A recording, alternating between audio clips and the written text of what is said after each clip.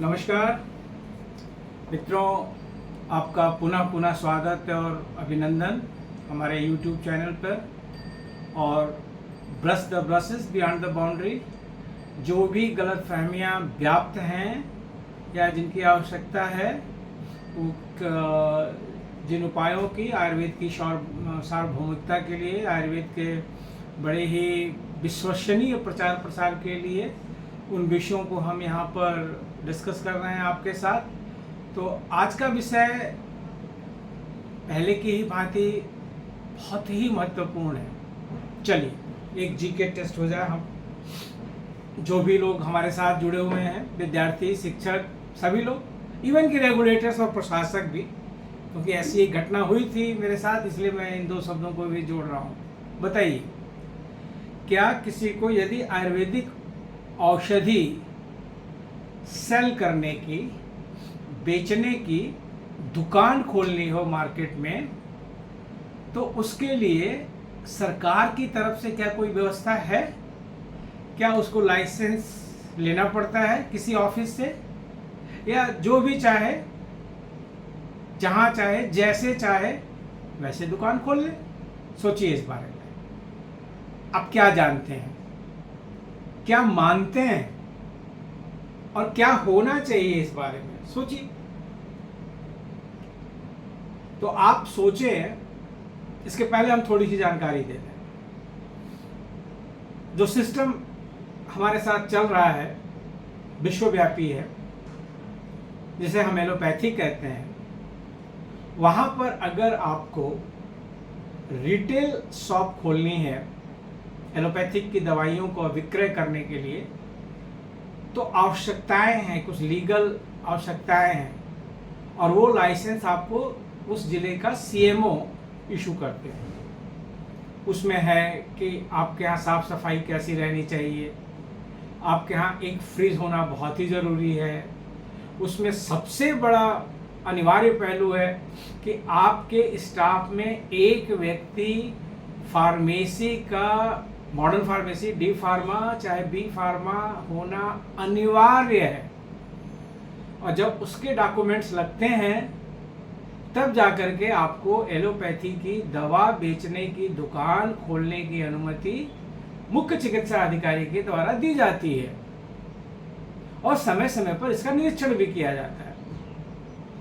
उसमें self life period का, dispensing कैसे हो रही है, किस कंपनी की दवा है, कैसा आपका स्टोरेज फैसिलिटीज है, ये सारी चीजें।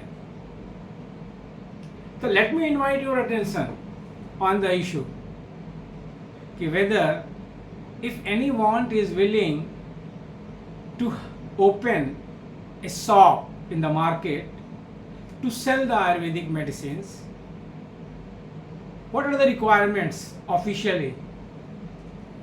Is any paperwork is required from the end of the government, directors of the Ayurveda at the state level or the district level? Or anyone can open a shop and starting dispensing the Ayurvedic medicines? What do you think about this? What is the reality nowadays at the ground level? You will be second. You will be shocked, you will be surprised. आपको बहुत आश्चर्य होगा, आप दुखी होंगे कि आज की कानूनी व्यवस्था में कोई भी व्यक्ति किसी भी योग्यता का कहीं भी किसी भी तरह से आयुर्वेद की दवा बेचने की दुकान खोल सकता है। उस पर कोई रोक टोक नहीं है। तो आप पूछिए, आप सोचिए, what government is doing for the same? Why not government is taking initiative? What the different departments of Ayush at the state level to the national level, whether they are not knowing what is going on in the market due to lacuna of this, lacking the procedure to open a Ayurvedic shop to sell the medicine? Answer is not no. Answer is not blank no. उत्तर नकारात्मक नहीं है।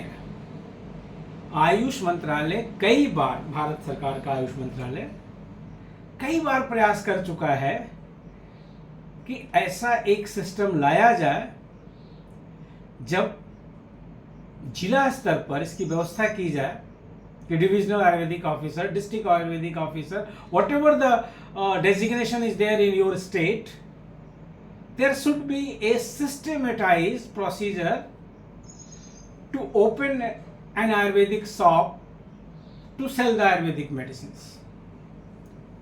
But there is strong opposition. बहुत तेज विरोध होता है आयुष मंत्रालय भारत सरकार के इन प्रस्तावों का। मित्रों, फिर सोचिए कि ये विरोध कौन करता है और क्यों करता है? Why this strong opposition is being made? What are the logics behind this? What are conflict of interest of whom, so that they are opposing this movement of the government to make something systematized? What is your answer? General public? No. General public is in favor because they are having some issues with this mushroom growth of the shops to sell the Ayurvedic medicines. Not only the shops to sell the Ayurvedic medicine, particularly Ayurvedic medicines are available. Whosoever want to sell it. पान की दुकान पर भी Ayurvedic medicine रख करके आप बेच सकते हैं। किराने की भी दुकान पे आप सारे प्रोडक्ट्स जो आप किराना के और ग्रॉसरीज के लगाते हैं वहाँ भी 20 आयुर्वेदिक मेडिसिन रख लीजिए और बेचिए अपने ग्राहकों को। आप कहीं भी कोई भी जलसा उत्सव हो रहा है, किसी भी तरीके का, रिलीजियस हो या कोई पॉलिटिकल पार्टी का सम्मेलन हो, कुछ भी हो और आपको जनता को ऑर्गेनाइज करना है, आप एक व्यवस्था करिए और आयुर्वेदिक मेडिसिन बांटिए। नहीं तो परमानेंट जो आश्रम हैं, मठ हैं, किसी भी मजहब के हों, बेसिक मुख्य रूप से हिंदुओं के सनातन धर्म, वहाँ से आयुर्वेदिक दवाएं बेची जा रही हैं, पूरी उनकी रसीद कटती है। तो उसमें गलत वो कुछ नहीं कर रहे हैं क्योंकि कानूनी नहीं है, कानूनी ही नहीं है इस देश में। There is no law in this country what should be the minimum requirement a person should have possesses a facility to sell the Ayurvedic medicines. Can you believe it? If no, then you have to believe it. It is very true. कोई system नहीं है आज तक। तो बात मैं कर रहा था कि आखिर अपोज कौन करता है। तो इस सवाल को समझिए कि अपोज कौन करता है और क्यों करता है। तो इसका अपोजिशन मुझे दुख के साथ कहना पड़ रहा है कि अक्सर आयुर्वेदिक दवा बनाने वाली कंपनियां करती हैं, और यही नहीं, वो अपने एडवोकेट तक भेजी हैं बैठक में, और मुझे सौभाग्य मिला कि वह उस बैठक का हिस्सा था एक शैक्षणिक सदस्य के रूप में। I was a member from the academia when these things were being considered as the department of AYUSH of that time, and they opposed it vehemently. The lawyer, advocates, they were saying it will affect our business. उनका ये मानना है कि अगर आयुर्वेद की दवा की दुकान खोलने के लिए कोई कानूनी व्यवस्था बनाई जाए, if there will be any legal system to rationalize it, it will affect our business. उनके व्यापार में कमी आ जाएगी। अब मुझे नहीं पता कि उनके व्यापार में कहां से कमी आएगी, लेकिन आयुर्वेद का नुकसान हो रहा है। सोचिए कैसे, इस सवाल को समझिए। बिना किसी योग्यता के व्यक्ति को वहां रखे आप आयुर्वेद की दवा की दुकान खोल दे रहे हैं। ठीक है, आधुनिक समय में बहुत सारी कंपनियां एक सील्ड पैकेट लाती हैं और मरीज की आवश्यकता के अनुसार उसका वितरण कर देती हैं, लेकिन उनका क्या होगा, उन वैद्यों का जो कि नुस्खा लिखते हैं, और फिर वो व्यक्ति अगर उस वैद्य के यहाँ नहीं मिलती है वो दवा तो वो दुकान पे जाता है, दुकान वाला उन सभी दवाओं को मिला करके अलग अलग कंपनियों की, चाहे एक कंपनी की, जैसा वैद्य जी की इच्छा रही हो, और उनको मिला करके वो पूरा एक मिश्रण बनाता है। और किस किस दुकानों पर तो जहां बहुत सेल हो रही है वो एक पुड़िया बना के कह देता है कि बस यही आपकी एक मात्रा है और इस मात्रा में आप सेवन करिएगा। जरा ध्यान दीजिए, आप गए होंगे इन दुकानों पर, जरा ध्यान दीजिए वो पुड़िया बनाते समय क्या वो कहीं तौलता है वो व्यक्ति जो कि वो पूरा मिश्रण बना रहा है और तौल करके कहता हो कि लीजिए ये निर्धारित मात्रा है जो वैद्य जी ने नुस्खा बना करके लिखा था, this is the your right dose as per the prescription, and weighing it and saying, conveying to the patient who is purchasing it?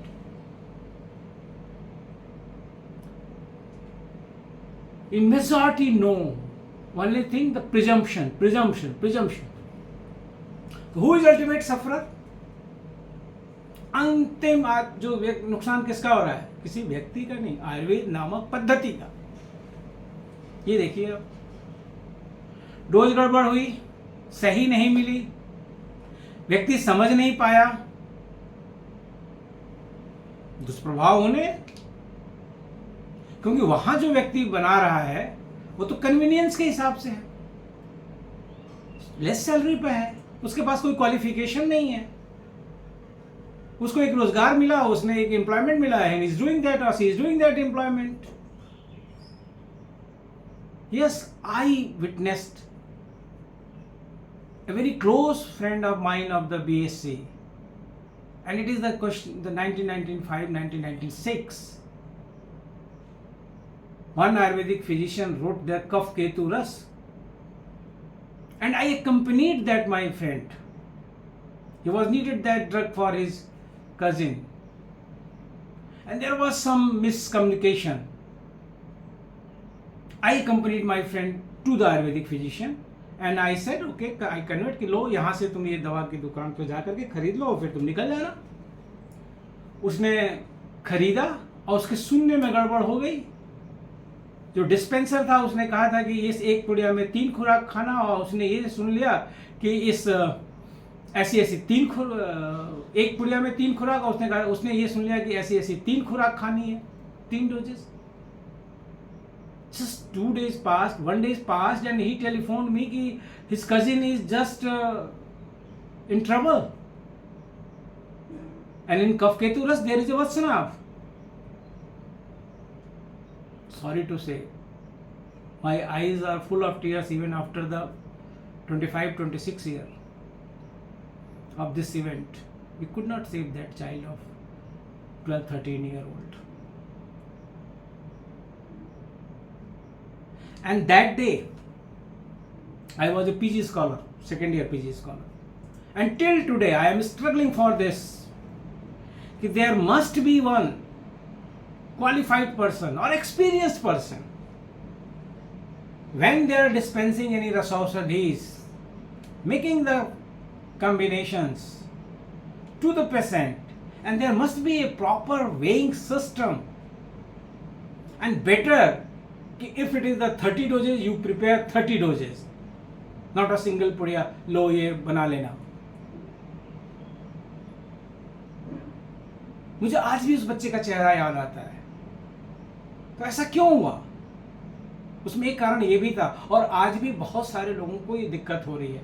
तो आपका बिजनेस जा रहा है और यहाँ स्वास्थ्य जा रहा है, दोनों में से भारत सरकार को किसको चुनना चाहिए? फिर देखिए, थोड़ा सा मूवमेंट होता है, जैसे कि जीएमपी की बात करिए, जून 2000 में नोटिफिकेशन हो गया, पीरियड दिया गया था, ट्रांजिशनल पीरियड की 2 साल में सारी कंपनियां जीएमपी हो जाएंगी 2002 तक।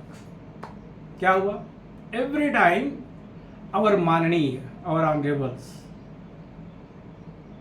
ऑफ द पार्लियामेंट्री सिस्टम, विधायिका, specifically the MP, visiting the secretary of the Department of Ayush and demanding there very strongly that there should be extension, and extension is up to the 8 years, and finally in 2008 it was made compulsory.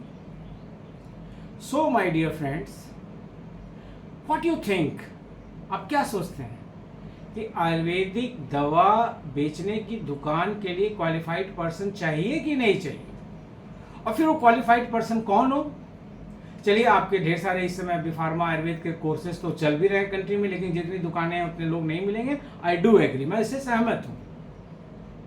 D pharma Ayurveda भी कई जगह चल रहा है, लेकिन उतने लोग नहीं मिलेंगे जितनी दुकानें हैं, मैं इससे सहमत हूँ। लेकिन इसका मतलब क्या है कि आप ऐसे ही सोच चलाते रहेंगे? चलिए, आप में से बहुत सारे लोग कहेंगे कि कितनी रोजगार की संभावना होगी, वो भी हम मान लेते हैं। गवर्नमेंट में आयुर्वेदिक डिस्पेंसर्स की पोस्ट आती ही हैं यदा कदा। तो क्या यहाँ पर हम एक एक्सपीरियंस का नहीं लगा सकते कि किसी प्रतिष्ठित, जो उसका भी एक कैलिब्रेशन हो कि किस लेवल के आयुर्वेदिक फिजिशियंस के यहाँ, यदि आपका एज ए डिस्पेंसर आपका 3 साल का अनुभव हो, 2 साल का अनुभव हो मिनिमम, उस व्यक्ति को रखना जरूरी है। That person must be there in appointed in that particular Ayurvedic shop, and there should be a list in the office of the district Ayurvedic officer कि how many shops are running, what they are selling. You can check that. The sale of the misbranded, adulterated and spurious drugs.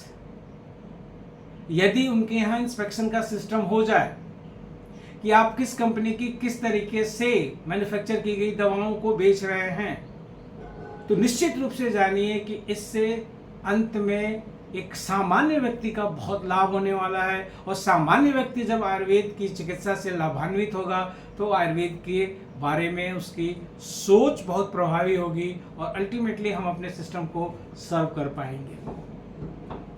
तो आप क्या सोचते हैं? आप लिखेंगे अपनी सरकार को पत्र कि नहीं, आयुर्वेद की दवा की दुकान, आयुर्वेद की दवा बेचने के लिए लाइसेंस की जरूरत है? बहुत सारे लोग समझते हैं कि ये है, जैसे कि सीएमओ के यहाँ से एलोपैथी की दुकानें खुलती हैं, आयुर्वेद वाले भी ऐसे ही खुलते हैं, ऐसा प्रिजम्पशन है लोगों का। और कुछ अधिकारियों का आयुर्वेद के, मैंने किसी का नाम नहीं लिया पूरी बहस में और अभी भी नहीं लूंगा। 2009 में मैं जोधपुर में था, माननीय कुलपति महोदय ने आदेश दिया था कि वहाँ पर फार्माको विजिलेंस का एक कार्यक्रम था, मुझे उसमें साथियों के साथ इंटरेक्ट करना था। मैं गया, वहाँ पर भारत सरकार के एक उच्च अधिकारी मौजूद थे और जब मैंने ये बात रेज की, मैं कई जगह इस बात को उठाता था, अभी भी उठा रहा हूँ और तभी भी उठाता था, तो एक अधिकारी ने भारत सरकार के सार्वजनिक रूप से पब्लिक में, जब मैं लेक्चर दे रहा था, उन्होंने कहा कि नहीं ये सिस्टम तो है, हम लोग तो लाइसेंस देते हैं, लाइसेंसिंग सिस्टम है। मैंने कहा नहीं सर, बिल्कुल नहीं, आप लाइसेंस नहीं देते हैं। वो मानने को नहीं तैयार। मैंने कहा ठीक है सर, अभी यहाँ पर हम अपनी बात समाप्त कर लेते हैं, फिर आप अपने अधीनस्थों से दिल्ली फ़ोन करके पूछिए कि ऐसा सिस्टम है कि नहीं है। तो वो भी एग्री हुए, बात खत्म हुई। फिर हम लोग बैठे, मैंने कहा कि सर फ़ोन करिए अपने अधीनस्थों को, पूछिए, you just call your subordinates and ask this. And he got the answer कि no, there is no system of such kind prevailing in the department to enlist in a district or at any level to open, to sell a shop of the Ayurvedic medicines. तो ये बहुत भयावह स्थिति है मित्रों, भयावह है। इससे बहुत नुकसान हो रहा है सिस्टम को, आम व्यक्ति को। कोई भी किसी भी दुकान से किसी भी तरीके की दवा बेच दे रहा है, ऐसा वो लोग नहीं कर पाते हैं, वहां उनका इंस्पेक्शन होता है। और अगर वो नकली दवाइयां बेचते हुए पाया जाता है कोई एलोपैथी का दुकानदार, तो उसके ऊपर कार्रवाई सुनिश्चित होती है। लेकिन हमारे यहाँ तो चाहे जो भी बेच लीजिए आप, जैसे भी बेच लीजिए, और वहां पर बैठे हुए हैं लोग, पुड़िया बना बना करके दे रहे हैं, क्वालिफिकेशन का कोई मतलब ही नहीं है। तो इस अगर आपको आयुर्वेद के स्तर को सुधारना है तो इन बेसिक चीज़ों की तरफ ध्यान देना होगा।